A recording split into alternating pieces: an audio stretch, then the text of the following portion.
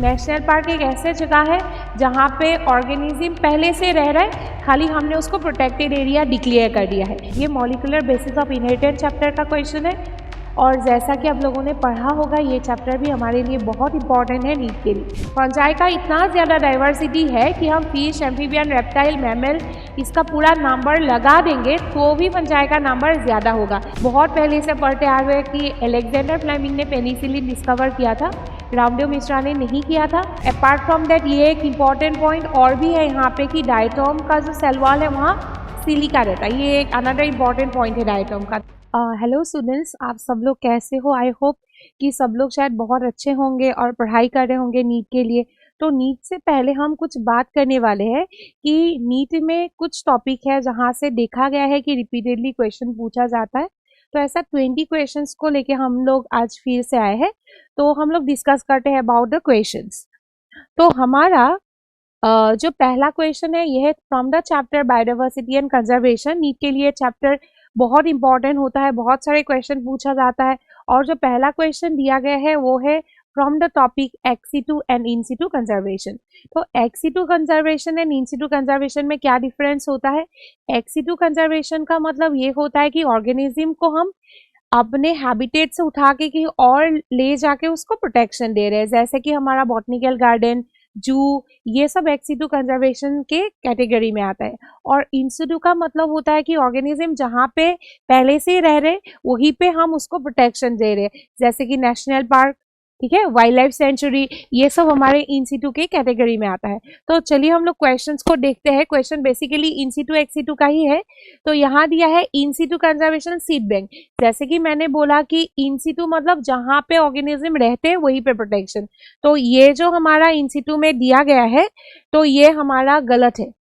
और ex situ में यहाँ पे दिया गया है नेशनल पार्क, तो एक्स सिटू में नेशनल पार्क नहीं आता है, ये भी इन सिटू में आएगा। तो ये ऑप्शन तो हमारा गलत हो गया। सेकेंड ऑप्शन हमारा दिया है कि इन सिटू में टिश्यू कल्चर, एक्स सिटू में सेक्रेड ग्रुप, ठीक है, तो ये भी हमारा गलत हो गया। देन इन सिटू में दिया हुआ है नेशनल पार्क, ठीक है, एंड एक्स सिटू में दिया है बॉटनिकल गार्डन, ये बिल्कुल ही सही ऑप्शन है यहाँ पे, ठीक है। नेशनल पार्क एक ऐसे जगह है जहाँ पे ऑर्गेनिज्म पहले से रह रहा है, खाली हमने उसको प्रोटेक्टेड एरिया डिक्लेयर कर दिया है, ठीक है। According to NCERT there are total 90 national parks in India till now, ठीक है, ये अकॉर्डिंग टू एनसीईआरटी डेटा मैं बता रही हूँ। और बॉटनिकल गार्डन, जैसे कि मैंने पहले बताया, बॉटनिकल गार्डन एक ऐसे एरिया है जहाँ पे प्लांट को प्रोटेक्शन दिया जाता है, ठीक है, वो नेचुरल हैबिटेट नहीं है, बट वहां पे हम प्लांट को जाके रखते हैं और उसको अलग से प्रोटेक्शन देते हैं, ठीक है। तो यहाँ पे हमारा करेक्ट आंसर जो है वो आ जाएगा सी, यहाँ पे सी हमारा करेक्ट आंसर है। तो अब हम देखेंगे हमारा नेक्स्ट क्वेश्चन। तो नेक्स्ट क्वेश्चन जो है हमारा ये भी इकोलॉजी से ही रिलेटेड क्वेश्चन है और ये प्रोडक्टिविटी टॉपिक से रिलेटेड क्वेश्चन है। तो इस टॉपिक में हमारा एक्सक्यूज मी, तो हमारा ये बताया गया है कि consider the following 4 statement regarding productivity and select the option that identify all correct statement. यहाँ पे हमारा 4 स्टेटमेंट दिया गया है, हमें ये 4 स्टेटमेंट को पढ़ना है और हमें फाइंड आउट करना है कि इसमें से करेक्ट स्टेटमेंट कौन सा दिया गया है। तो यहाँ पे दिया गया है कि ग्रॉस प्राइमरी प्रोडक्टिविटी जो जीपीपी होता है is the rate of production of organic matter during photosynthesis including the amount utilize in respiration. तो जीपीपी के बारे में हम लोग जानते हैं, हम लोगों ने पढ़ा है कि प्रोडक्टिविटी 2 टाइप का है, primary productivity, secondary productivity. Primary productivity का अगेन 2 टाइप है, एक होता है ग्रॉस प्राइमरी प्रोडक्टिविटी, एक होता है नेट प्राइमरी प्रोडक्टिविटी। और जो ग्रॉस प्राइमरी प्रोडक्टिविटी है it's like the total income, ठीक है। सपोज एक पर्सन का जो मंथली इनकम है तो ये टोटल इनकम या टोटल फोटोसिंथेसिस का हम लोग बात कर रहे हैं, ग्रॉस प्राइमरी प्रोडक्टिविटी। इसमें रेस्पिरेशन में आगे जाके जो खर्च होगा उसको भी इंक्लूड कर लिया है, ठीक है। तो ये स्टेटमेंट बिल्कुल ही सही है, it's correct statement.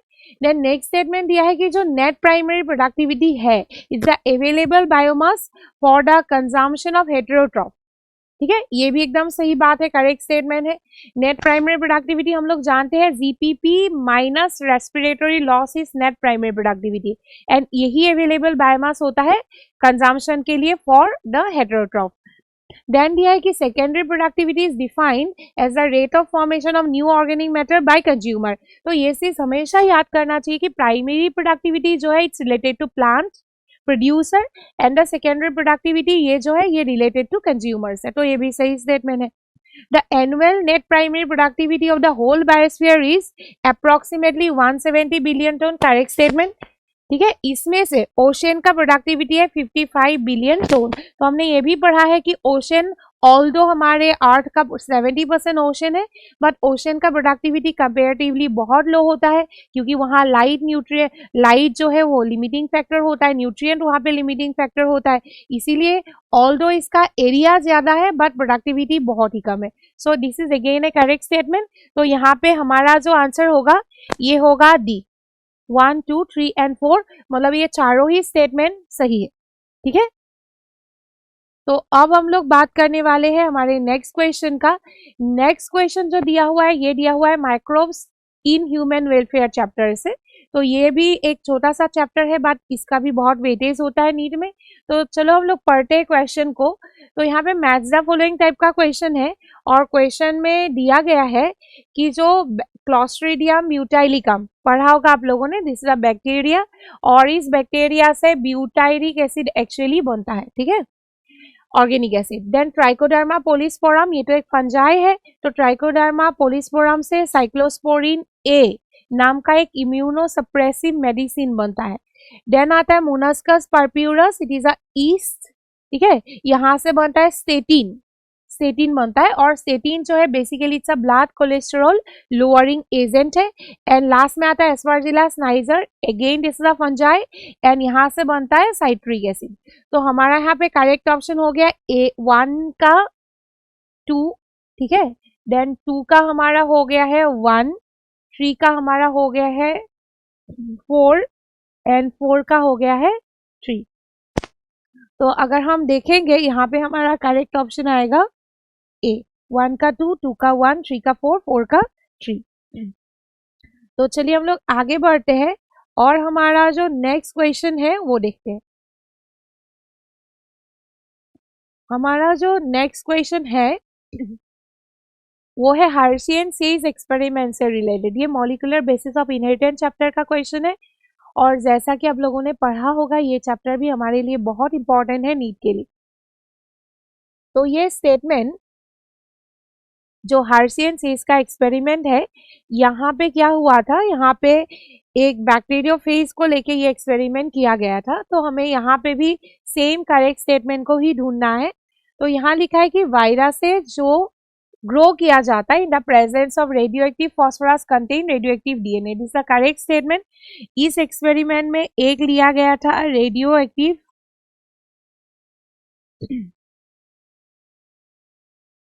Phosphorus and second इस एक्सपेरिमेंट में लिया गया था रेडियो एक्टिव सल्फर। तो हमने पढ़ा था कि रेडियो एक्टिव फॉस्फोरस, फॉस्फोरस जैसे कि डीएनए में पढ़ा है सब लोगों ने कि डीएनए में प्रेजेंट होता है। तो जब हम रेडियो एक्टिव फॉस्फोरस लेंगे तो वो रेडियो एक्टिविटी डिटेक्ट हो जाएगा डीएनए में। एंड सल्फर जो है ये प्रोटीन में मिलेगा, एमाइनो एसिड का पार्ट होता है, कुछ एमाइनो एसिड में होता है, लेकिन यहाँ पे हम लोग जानते हैं कि जो सल्फर है ये डीएनए में बिल्कुल ही नहीं मिलेगा। तो हम जब रेडियो एक्टिव सल्फर लेंगे हमारे पास बन जाएगा रेडियो एक्टिव प्रोटीन। सो हम स्टेटमेंट को पढ़ते हैं। तो viruses grown in the presence of radioactive phosphorus contain radioactive DNA, correct statement. Viruses grown on radioactive sulfur contain radioactive protein because sulfur is a constituent of protein and phosphorus is a constituent of DNA. यहाँ तो उल्टा लिखा है, viruses grown on radioactive phosphorus contain radioactive protein, गलत हो गया। Viruses grown on radioactive sulfur contain radioactive DNA, again गलत हो गया। Viruses grown on radioactive protein, ये तो ग्रो किया ही नहीं है ऐसा, ठीक है, तो ये भी गलत स्टेटमेंट हो गया। तो यहाँ पे हमारा करेक्ट स्टेटमेंट हम लोग देख पा रहे हैं दो ही है, that is A and B only. ठीक है, तो हम आगे का क्वेश्चन पे मूव करते हैं। तो हमारा नेक्स्ट क्वेश्चन जो आएगा वो क्वेश्चन है हमारा गोल्गी apparatus से, दैट मीन्स ये है चैप्टर सेल का क्वेश्चन। ठीक है, तो यहाँ पे दिया हुआ है कि which of the following statement are correct with respect of Golgi apparatus। तो यहाँ पे पहला ऑप्शन दिया है, it is the important site of formation of glycoprotein and glycolipid. तो हमने क्या पढ़ा था कि जो गोल्गी अपरेटस है या गोल्गी बॉडी है, it's a part of endomembrane system. And endomembrane system के अंदर आता है हमारा endoplasmic reticulum, Golgi body, vacuole and lysosome. तो हमने ये पढ़ा था कि प्रोटीन एंड लिपिड जो बेसिकली ईआर में बनेगा, वो प्रोटीन एंड लिपिड मॉडिफाई करेगा बेसिकली कौन? Golgi apparatus. वो मेन काम है। अपार्ट फ्रॉम दैट हमने ये भी पढ़ा था कि Golgi body is a site for formation of glycoprotein and glycolipid. तो हम लोग ऑप्शंस को पढ़ते हैं। The important site of formation of glycoprotein and glycolipid, true statement, it's a correct statement, सही जवाब है ये, ठीक है। देन हमारा नेक्स्ट है, it produces cellular energy in the form of ATP. ये तो बिल्कुल ही गलत है, क्योंकि एटीपी बनाने वाला ऑर्गेनल है हमारा माइटोकॉन्ड्रिया। क्लोरोप्लास्ट के अंदर भी बनता है, बट बेसिकली हम लोग माइटोकॉन्ड्रिया के अंदर जो एटीपी बनेगा वही हमारे डिफरेंट एक्टिविटीज के लिए यूज होगा। It modified the protein synthesize by ribosome on ER. ये एकदम ही सही बात है, हमने ऑलरेडी पढ़ा कि ईआर में जो प्रोटीन लिपिड बनेगा उसी को मॉडिफाई करने का काम करता है Golgi apparatus. It facilitate the transfer of ion, no. It provide mechanical support, no. तो यहाँ पे हमारा करेक्ट ऑप्शन जो आएगा वो आएगा ए एंड सी, ठीक है। That's the option B, A and C यहाँ पे करेक्ट ऑप्शन है, ठीक है। तो हम लोग मूव करते हैं नेक्स्ट क्वेश्चन पे। तो हमारा नेक्स्ट क्वेश्चन जो आएगा, तो हमारा नेक्स्ट क्वेश्चन है, ठीक है। तो नेक्स्ट क्वेश्चन हमारा आएगा, मैच द फॉलोइंग। ये cell cycle and cell division chapter का क्वेश्चन है। तो यहाँ पे भी आप लोग देख सकते हो कि दो यहाँ लिस्ट दिया हुआ है मैच करने के लिए। तो सबसे पहले दिया हुआ है एस फेज, और एस फेज के बारे में सबको पता होता है कि एस फेज जो है ये डीएनए रेप्लिकेशन में मदद करता है। तो एस फेज में हम लोग देखेंगे ऐसा कोई ऑप्शन है क्या? ऐसा ऑप्शन बिल्कुल है। तो हम देख पा रहे हैं कि ए का आंसर हो जाएगा 4। देन हमारा आता है Z2 फेज, ठीक है। Z2 फेज आता है, क्वेश्चन स्टेज दिया हुआ है, Z1 स्टेज दिया हुआ है। तो Z2 फेज में हमारा क्या होगा कि हम लोग जानते हैं इसमें प्रोटीन सिंथेसाइज होता है, स्पेशली वो प्रोटीन सिंथेसाइज होता है जो हमें स्पिंडल फाइबर बनाने के लिए चाहिए। तो हमारा बी यहाँ पे आ जाएगा 1, ठीक है। लेकिन याद रखना एस में भी प्रोटीन बनता है, Z1 में भी बनता है, क्योंकि एस में तो हिस्टोन प्रोटीन का सिंथेसिस होगा, है ना। और अब आता है क्वेश्चन स्टेज, ये तो हम Z0 स्टेज को बोलते हैं, और इस वर्ड का मतलब ही होता है इनएक्टिव। तो हमारा सी हो जाएगा 2। एंड डी में आता है Z1 phase. Z1 phase is the interval between mitosis and initiation of DNA replication. क्योंकि अगर मैं ऐसे पढ़ूँ Z1 S, Z2 M, then again Z1 S, तो अगर मैं S को यहाँ Z1 को देखूं तो क्या होता है, माइटोसिस के बाद आता है, डीएनए रेप्लिकेशन से पहले आता है। तो हमारा यहाँ पे डी का हो गया है 3। तो हमें ऑप्शन ढूंढना है, ए का हो गया 4, बी का हो गया 1, सी का हो गया 2, डी का हो गया 3। तो ऑप्शन बी यहाँ पे हमारा करेक्ट आंसर होगा। तो हम नेक्स्ट क्वेश्चन पे मूव करेंगे। हमारा जो नेक्स्ट क्वेश्चन आएगा यहाँ पे, तो नेक्स्ट क्वेश्चन है again from the chapter biodiversity, ठीक है। तो यहाँ पे हमें ढूंढना है अबाउट द इनकरेक्ट स्टेटमेंट। यहाँ हमें इनकरेक्ट स्टेटमेंट को ढूंढना है, मतलब गलत स्टेटमेंट को हमें ढूंढ के निकालना है, इनकरेक्ट स्टेटमेंट। तो यहाँ लिखा है कि बायोडाइवर्सिटी हॉटस्पॉट है, high species richness is high endemism. ये बात तो सही है, हमने भी पढ़ा है कि इंडिया में ऐसे 3 बायोडाइवर्सिटी हॉटस्पॉट है ना। हिमालयन है, वेस्टर्न घाट है, श्रीलंका है एंड इंडो बर्मा। ये 3 बायोडाइवर्सिटी हॉटस्पॉट है इंडिया में एनसीईआरटी के अकॉर्डिंगली।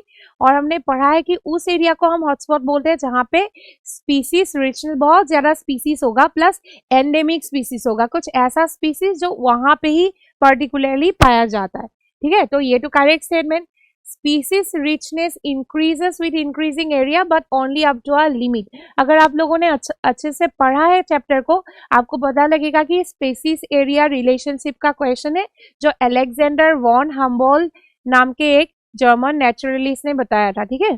तो उन्होंने ये बताया था कि स्पीसीज जैसे एक्सप्लोर्ड एरिया बढ़ता जाएगा, नंबर ऑफ स्पीसीज बढ़ता जाएगा, बट ये एक लिमिट तक होगा। उसके बाद आप क्या करोगे, एरिया एक्सप्लोर्ड बढ़ाते जाओ, बट नंबर ऑफ स्पीसीज जो है वो नहीं बढ़ेगा। तो करेक्ट स्टेटमेंट है ये भी। Then the group fungus has fewer species than fishes, amphibian, reptile, mammal, combine, ये गलत है क्योंकि हमने पढ़ा है कि फंजाई का इतना ज्यादा डाइवर्सिटी है कि हम फिश, एम्फीबियन, रेप्टाइल, मैमल इसका पूरा नंबर लगा देंगे तो भी फंजाई का नंबर ज्यादा होगा। यहाँ लेस लिखा, फ्यू लिखा है, ठीक है, तो गलत है। Habitat loss and fragmentation is the most important causes of biodiversity loss. It's a correct statement. हमने पढ़ा है कि 4 रीजन है बायोडाइवर्सिटी लॉस होने का, habitat loss and fragmentation, over exploitation, alien species invasion and co extinction. तो इसमें से सबसे इंपॉर्टेंट कॉज है बायोडाइवर्सिटी लॉस होने का habitat loss and fragmentation. Then next है biodiversity hotspot together cover more than 10% of earth surface, but ये भी गलत है, ये बहुत कम एरिया होता है। तो यहाँ पे हमारा इनकरेक्ट स्टेटमेंट हमें ढूंढना है, तो C is incorrect, E is incorrect, ठीक है, तो हमारा ऑप्शन ए यहाँ पे सही रहेगा। ये दोनों हमारा इनकरेक्ट स्टेटमेंट है, ठीक है। तो हम लोग आगे बढ़ेंगे दोबारा और नेक्स्ट क्वेश्चन पे जाएंगे। नेक्स्ट क्वेश्चन है हमारा plant growth and development chapter से। तो यहाँ पे लिखा हुआ है removal of apical bud results in growth of lateral bud, which plant hormone suppress the growth of lateral bud. Okay, तो हम ऑलरेडी जानते हैं कि क्या होता है, जो ऑक्सीन होता है, ऑक्सीन नाम का एक पीसीआर के बारे में हम लोगों ने पढ़ा है। तो ऑक्सीन जो पीसीआर है इसका मेन फंक्शन होता है एपिकल डोमिनेंस, ठीक है, ऑक्सीन का मेन फंक्शन होता है एपिकल डोमिनेंस, मतलब अगर टिप पे ऑक्सीन होगा, एपिकल बाद में ऑक्सीन होगा तो लेटरल बाद को वो ग्रो करने नहीं देगा, ठीक है। तो क्वेश्चन पूछा है कि removal of apical bud result in growth of lateral bud, मतलब अगर ये शूट है, अगर हम ये वाला बड को हटा देंगे तो ये वाला बड ग्रो करने लगेगा। तो कौन सा प्लांट हार्मोन लेटरल बड के ग्रोथ को सप्रेस कर रहा है, जो यहाँ प्रेजेंट है वो कौन है, ऑक्सीन। तो दैट्स द आंसर ए, ठीक है, यहाँ हमारा करेक्ट आंसर हो जाएगा ए। तो हम लोग आगे बढ़ते हैं नेक्स्ट क्वेश्चन पे। तो हमारा next question again assertion reason type का क्वेश्चन है, एक बहुत इंपॉर्टेंट पैटर्न होता है नीट के एग्जाम में। तो यहाँ पे 2 स्टेटमेंट दिया हुआ है, यहाँ लिखा है कि C4 प्लांट में असर्शन जो दिया है, C4 प्लांट में फोटो रेस्पिरेशन डज नॉट ओकर, नहीं होता है। तो हमने पढ़ा कि फोटो रेस्पिरेशन एक वेस्टफुल प्रोसेस है जो कि बेसिकली हमारे कौन से प्लांट के साथ एसोसिएटेड होता है, C3 प्लांट के पास साथ एसोसिएटेड होता है। ओके, तो ये C4 में तो नहीं होता है, तो इट्स अ करेक्ट स्टेटमेंट, ठीक है, C4 में नहीं होता है फोटो रेस्पिरेशन, तो इट्स अ करेक्ट स्टेटमेंट दिया हुआ है, सो असर्शन इज करेक्ट। रीजन में दिया है C4 plant have a mechanism that increases the concentration of CO2 at the Rubisco enzyme site, that is mesophyll cell. This takes place when the C4 acid is broken down in a mesophyll cell to release CO2. तो यहाँ पे ये साफ साफ statement जो है ये गलत है। गलत इसीलिए है क्योंकि C4 प्लांट में रूबिस्को एंजाइम जो है वो मेसोफिल में होता नहीं है, ये होता है बंडल शीट सेल में, और वहीं पे कैल्विन साइकिल चलता भी है। तो यहाँ पे तो ये करना इजी था, असर्शन ट्रू है, रीजन जो है इसका गलत है, फॉल्स है, फोटोसिंथेसिस का क्वेश्चन, ठीक है। तो हमारा नेक्स्ट क्वेश्चन आएगा, अगेन क्वेश्चन है मैथ्स द फॉलोइंग टाइप का, ठीक है, और ये क्वेश्चन जो है ये हमारा पूछा है from the chapter plant kingdom. तो हम लोग देखते हैं क्वेश्चंस को। यहाँ पहला दिया हुआ है पाइरेनॉइड। तो जैसा कि आप लोगों ने पढ़ा होगा in the chapter plant kingdom कि पाइरेनॉइड जो है इट्स अ स्टोरेज बॉडी, और ये नॉर्मली प्रेजेंट होता है ग्रीन एल्गी में, ठीक है। एनसीईआरटी ऐसे लिखा था कि it contain protein beside starch, और ये ग्रीन एल्गी के क्लोरोप्लास्ट में प्रेजेंट होता है। तो यहाँ में ऑप्शन में ढूंढना है कि कौन सा ग्रीन एल्गी है, तो यहाँ ग्रीन एल्गी है वॉल्वॉक्स, सो यहाँ ए हमारा हो जाएगा 3। देन प्रोटेलस, तो प्रोटेलस के बारे में भी हम लोगों ने पढ़ा था कि ये टेरिडोफाइटा का एक गैमिटोफाइटिक स्टेज है, ठीक है, टेरिडोफाइटा का गैमिटोफाइट है, रिड्यूस गैमिटोफाइट है प्रोटेलस। तो यहाँ हमें ऑप्शन में ढूंढना पड़ेगा टेरिडोफाइट, तो यहाँ ऑप्शन में टेरिडोफाइट हमें मिलेगा इक्विजिटम, तो pteridophyte commonly known as horse tail. Then protonema, तो protonema is a juvenile stage in the life cycle of a moss, मतलब ब्रायोफाइटा। तो हमें ऑप्शन में ब्रायोफाइटा ढूंढना पड़ेगा, ब्रायोफाइटा यहाँ है पॉलीट्रिकम, तो पहले लिख लेते हैं हम, बी का हो गया 4, सी का हो गया 1, लास्ट हमारा बचा है गेमा। गेमा के बारे में हमने पढ़ा था कि एसेक्सुअल रिप्रोडक्टिव स्ट्रक्चर है, ये लीवावॉर्ड में बनता है जैसे कि मार्केंशिया, ठीक है। तो इसका आंसर हो जाएगा हमारा 2, तो डी का आ गया हमारा 2। तो हम लोग अभी चेक कर सकते हैं, यहाँ पे आंसर आ जाएगा हमारा 1, ठीक है। तो अब हम आगे बढ़ते हैं, आगे हमारा नेक्स्ट क्वेश्चन जो है वो हम लोग देखेंगे। तो नेक्स्ट क्वेश्चन अगेन जो है हमारा असर्शन रीजन टाइप का क्वेश्चन है। तो नेक्स्ट क्वेश्चन में दिया गया है कि जो पिरामिड है, पिरामिड ऑफ एनर्जी है, इट्स ऑलवेज अपराइट। 3 टाइप के पिरामिड के बारे में हमने पढ़ा है, pyramid of energy, pyramid of number, pyramid of biomass. और हमने ये भी पढ़ा है कि जो पिरामिड ऑफ नंबर है ये हमेशा अपराइट होता है, क्योंकि 10% एनर्जी लॉ के बारे में भी आप लोगों ने पढ़ा होगा कि जब एक ट्रॉफिक लेवल से नेक्स्ट ट्रॉफिक लेवल में एनर्जी पास होता है, खाली क्या होता है 10% ही एनर्जी पास होता है, बाकी लॉस हो जाता है, ठीक है। और इसी कारण से एनर्जी पिरामिड हमेशा अपराइट बनता है। बाकी pyramid of biomass and pyramid of number can be upright, can be inverted, it will be dependent on the type of food chain we are considering, ठीक है। तो यहाँ पे ये स्टेटमेंट हमारा सही होगा। रीजन पढ़ लेते हैं। रीजन बोल रहा है कि जब एनर्जी फ्लो होगा from a particular trophic level to the next trophic level, some energy is always loss as light at each step. तो हमने ये पढ़ा कि लाइट के फॉर्म में तो ये लॉस नहीं होता, ये लॉस होता है इन अ फॉर्म ऑफ हीट, ठीक है। तो यहाँ पे असर्शन ऑल्दो सही था, रीजन यहाँ पे दोबारा से क्या हुआ, गलत हो गया, क्योंकि हीट के फॉर्म में यह लॉस होगा एनर्जी, ठीक है। तो answer again assertion is true but the reason is false.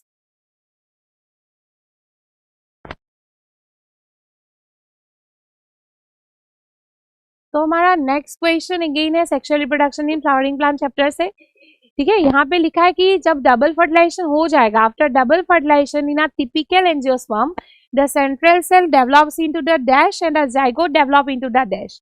तो हमने क्या पढ़ा था, हमने पढ़ा था कि जब डबल फर्टिलाइजेशन हो जाएगा, जो कि एंजियोस्पर्म का एक यूनिक फीचर होता है, 2 बार फर्टिलाइजेशन होता है, एक बार male gamete with a female gamete, एक बार male gamete with the 2 polar nuclear और सेकेंडरी न्यूक्लियस, ठीक है।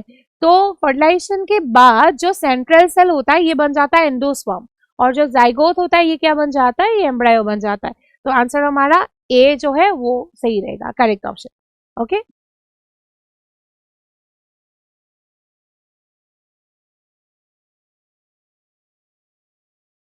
तो हमारा नेक्स्ट क्वेश्चन जो है वो अगेन हमारा match the following type of question है। तो यहाँ पे 2 दिया हुआ है लिस्ट, इसे हमें मैच कराना होगा and this is a question from the chapter biological classification, ठीक है। तो यहाँ डायटोम के बारे में दिया है। तो हम लोग डायटोम के बारे में क्या पढ़े थे कि they are the chief producer in the ocean, ठीक है। और अपार्ट फ्रॉम दैट ये एक इंपॉर्टेंट पॉइंट और भी है यहाँ पे कि डायटोम का जो सेल वॉल है वहाँ सिलिका रहता है, ये एक अनदर इंपॉर्टेंट पॉइंट है डायटोम का। तो यहाँ ए का आंसर हो जाएगा हमारा 3। और डाइनोफ्लेजेलेट, डाइनोफ्लेजेलेट के बारे में हमने पढ़ा है कि इसमें 2 फ्लैजेला होता है, एक लॉन्गिट्यूडिनल फ्लैजेला होता है, एक ट्रांसवर्स फ्लैजेला होता है, रेड टाइट करते हैं, ये सब हमने पढ़ा था। तो यहाँ डाइनोफ्लेजेलेट के साथ हमारा क्या मैच होगा कि सम ऑफ देम, जैसे कि गॉन्यूलेक्स कॉज रेड टाइट, तो बी का हो जाएगा 2। देन यूग्लेनॉइड, यूग्लेनॉइड के बारे में हमने क्या पढ़ा है, प्लांट एनिमल है, प्लांट का भी कैरेक्टर दिखाता है, एनिमल का भी दिखाता है। इसके पास हायर प्लांट जैसा पिगमेंट भी होता है बट सेल वॉल भी एब्सेंट होता है एट द सेम टाइम, और सेल वॉल के जगह यहाँ प्रेजेंट होता है पेलिकल। तो हम लोग देख लेते हैं यहाँ क्या लिखा है। यूग्लेनॉइड में वही वाला ऑप्शन है, protein rich layer called pellicle is present because यहाँ सेल वॉल नहीं होता, ठीक है। ये बॉडी को बहुत फ्लेक्सिबल बना देते हैं। तो सी का आंसर यहाँ पे हो जाएगा 4। एंड डी में हमारा है स्लाइम मोल। स्लाइम मोल के बारे में हमने पढ़ा है कि सेप्रोफाइटिक है ये, ठीक है। सेप्रोफाइटिक ऑर्गेनिज्म है ये, डेड मटेरियल से न्यूट्रिशन लेता है और इसके पास तो सेल वॉल नहीं होता, बट ये जब सेल वॉल स्पोर बनाता है इसके लाइफ में तो स्पोर के पास सेलुलोजिक वॉल होता है। तो यहाँ हमारा स्लाइम मोल में ये आंसर हो जाएगा 1। तो हम लोग चेक करेंगे एक बार, 3 है, ए का 3 है, बी का 2 है, सी का 4 है एंड डी का 1 है। आप लोग शायद देख पा रहे हो यहाँ पे ये वाले ऑप्शन रहेगा, ठीक है, डी वाला ऑप्शन रहेगा। तो हम लोग मूव करते हैं नेक्स्ट क्वेश्चन पे। ये हमारा principles of inheritance and variation से क्वेश्चन है। क्वेश्चन रिलेटेड है अबाउट द जेनेटिक डिसऑर्डर, ठीक है। तो हम क्वेश्चन को देखते हैं क्या लिखा हुआ है। यहाँ लिखा हुआ है कि हीमोफीलिया जो है it's a sex linked recessive disease, ठीक है। तो हीमोफीलिया जो है ये sex linked recessive disease correct है, एक्स लिंक्ड रेसेसिव डिजीज है, इसमें ब्लड क्लॉटिंग डिले हो जाता है, ठीक है। और sickle cell anaemia is an autosome linked recessive trait, तो ये बात भी सही है, सिकल सेल एनीमिया भी रेसेसिव डिजीज है बट ये ऑटोसोमल लिंक डिजीज है, ठीक है। And phenylketonuria is the inborn error of metabolism, ये भी सही बात है, इसमें जिसका ये डिजीज होता है उसमें फिनाइल एलेनिन हाइड्रोक्सिलेज नाम का एंजाइम एब्सेंट रहता है जो नॉर्मली फिनाइल एलेनिन को टायरोसिन में कन्वर्ट कराने का काम करता है, वो एंजाइम यहाँ पे नॉर्मली एब्सेंट हो जाएगा। तो ये भी सही बात है। Colour blindness occurs in about 8% of the female and only about 0.4% of the male. ये तो बिल्कुल ही गलत बात है, क्योंकि कलर ब्लाइंडनेस जो होता है ये ज्यादातर लड़कों में होता है, मेल में कॉमन है, नॉट इन फीमेल। तो उल्टा होना चाहिए था, 8% of the male and 0.4% of the female. तो ये गलत हो गया। Thalassaemia is a qualitative blood disorder. यहाँ पे सिकल सेल एनीमिया, थैलासीमिया, इसमें कंफ्यूजन होता है क्योंकि दोनों ब्लड डिसऑर्डर है, बट थैलासीमिया जो है ये क्वांटिटेटिव, इसमें कम ही बनेगा, हीमोग्लोबिन का सिंथेसिस ही कम हो जाएगा, ठीक है। लेकिन थैलासीमिया में क्या होगा कि डिफेक्टिव बनेगा, तो क्वालिटेटिव प्रॉब्लम है। तो थैलासीमिया में क्वांटिटेटिव होना चाहिए। तो यहाँ करेक्ट ऑप्शन हमारा आएगा ए बी सी। तो ए बी सी है, ये ऑप्शन डी आएगा हमारा। So D is the correct option यहाँ पे, ठीक है।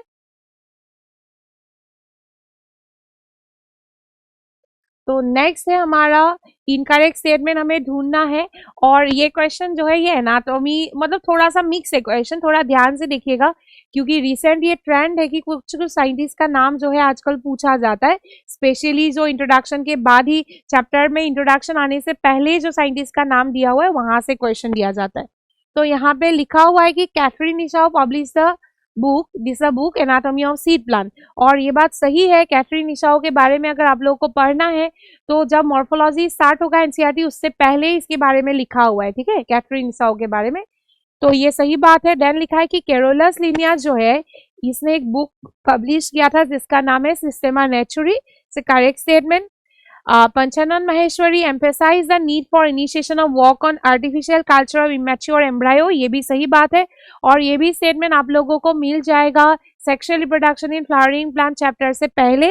And Ramdev Mishra was awarded Nobel prize for establishing the full potential of penicillin as an antibiotic. तो ये तो बिल्कुल ही गलत स्टेटमेंट है, क्योंकि हम लोग बहुत पहले से पढ़ते आ रहे हैं कि अलेक्जेंडर फ्लेमिंग ने पेनिसिलिन डिस्कवर किया था, रामदेव मिश्रा ने नहीं किया था।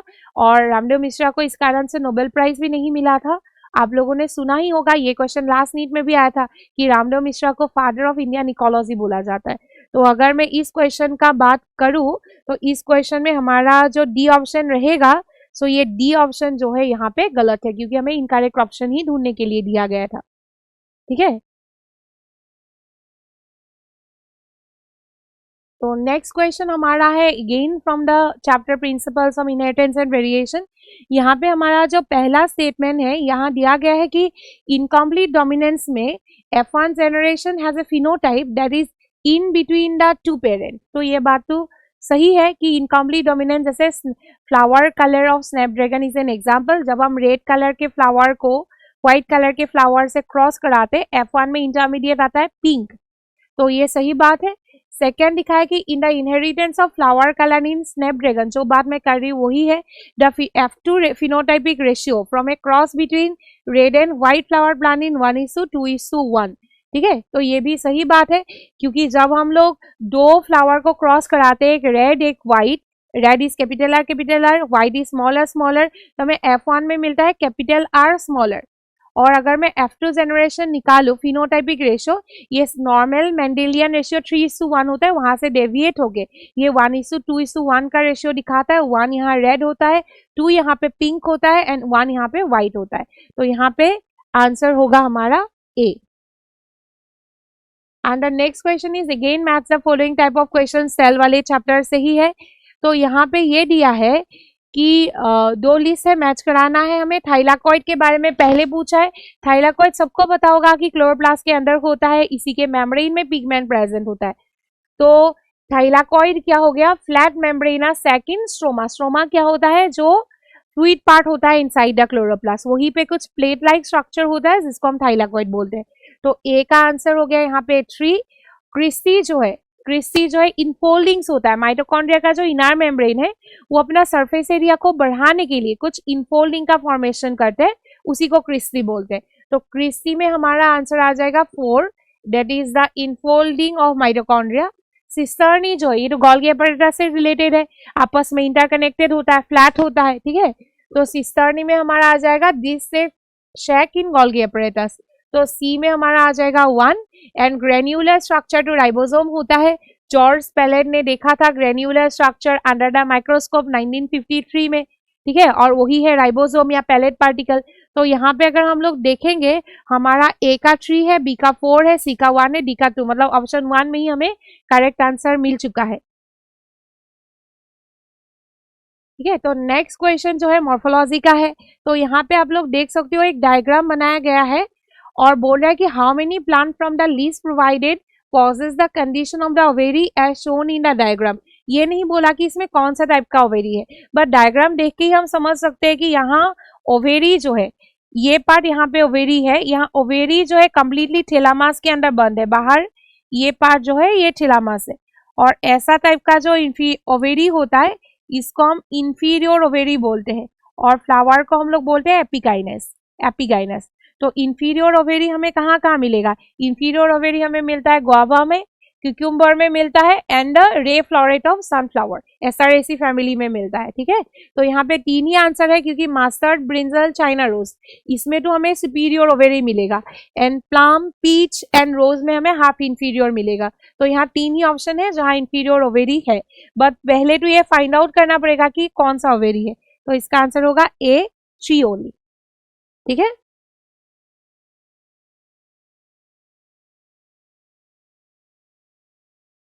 तो नेक्स्ट क्वेश्चन जो है ये gain from the chapter molecular basis of inheritance है। लास्ट ईयर भी क्वेश्चन पूछा था कि हिस्टोन में कौन सा अमाइनो एसिड ज्यादा होता है। तो क्वेश्चन है हिस्टोन्स आर, तो यहाँ पे हम लोग देख सकते हैं कि डीएनए जो है वो नेगेटिवली चार्ज होता है, तो जिस प्रोटीन के मदद से वो पैकेजिंग होगा वो पॉजिटिवली चार्ज है, and the name is histone. ठीक है, तो हिस्टोन नेगेटिवली चार्ज वाला ऑप्शन तो हटा ही दो, या न्यूट्रल वाला हटा ही दो, पॉजिटिवली चार्ज हो सकता है, लेकिन हमें चेक करना पड़ेगा कौन सा अमाइनो एसिड है। Histone are rich in lysine and arginine, तो आंसर यहाँ पे हो जाएगा हमारा ए। ठीक है, पॉजिटिवली चार्ज प्रोटीन हिस्टोन, और ये हमारे नेगेटिवली चार्ज डीएनए के साथ रैप्ड होता है, पैक्ड होता है। ठीक है, तो हमारा अगला सवाल है एबीओ ब्लड ग्रुपिंग सिस्टम को लेके, ये प्रिंसिपल्स का ही अगेन क्वेश्चन है। तो यहाँ पे लिखा हुआ है कि IAIB condition shows incomplete dominance. हम लोग जानते हैं कि जब किसी का ब्लड ग्रुप ऐसा होता है, मतलब कौन सा ब्लड ग्रुप आता है? AB ब्लड ग्रुप, और AB blood group is the example of को डोमिनेंस। ये इनकम्प्लीट डोमिनेंस का एग्जाम्पल होता नहीं है, तो पहला स्टेटमेंट हमारा गलत है। ठीक है, तो हमें यहाँ पे करेक्ट ऑप्शन ढूंढना पड़ेगा, ध्यान रखना। तो ये गलत स्टेटमेंट है। Total 4 genotypic combination are possible, but हमने पढ़ा था कि टोटल यहाँ पे कितना जीनोटाइपिक कॉम्बिनेशन हमारा बन सकता है। ए ब्लड ग्रुप के लिए 2 genotypic constitution, B blood group के लिए भी 2 जीनोटाइपिक कॉन्स्टिट्यूशन बन सकता है ऐसे। ठीक है, फिर AB के लिए 1 जीनोटाइपिक कॉन्स्टिट्यूशन बन सकता है, और एक हमारा O के लिए बन सकता है। तो टोटल जीनोटाइप हमारा 1 2 3 4 5 6 जीनोटाइप है। ठीक है, तो ये भी गलत स्टेटमेंट है। Allele I does not produce any sugar, इसके बारे में हमने पढ़ा था कि IAIB दोनों सुगर बनाएगा, slightly different form of sugar होगा, एंड स्मॉल I जो है वो कोई भी सुगर नहीं बनाएगा, तो ये सही बात है। आइजीन है 3 डिफरेंट एलील, वो बात भी सही है। आइजीन का 3 अलग अलग एलील होता है, एक होता है IA, एक होता है IB, और एक होता है स्मॉल I। ठीक है, तो ये भी सही बात है। It's an example of multiple allele. जब कोई जीन का 2 से ज्यादा एलील होता है तो हम उसे मल्टीपल एलीलिज्म बोलते हैं। तो यहाँ मल्टीपल एलील शो हो रहा है, तो करेक्ट स्टेटमेंट है। तो यहाँ पे हमारा करेक्ट स्टेटमेंट जो होगा वो होगा C, D and E, most probably last option. हाँ, यहाँ पे D हमारा करेक्ट आंसर होगा, C, D एंड E ये हमारा यहाँ पे करेक्ट आंसर है, लास्ट वन। ओके, सो आज के लिए इतना ही। ठीक है, तो आई होप सब लोग बहुत अच्छे से एग्जाम में अपियर होगा। ठीक है, बहुत अच्छे से आप लोग एग्जाम दीजिएगा। ऑल द बेस्ट, मेरे साइड से बहुत सारा विशेस है for the upcoming NEET exam. Thank you.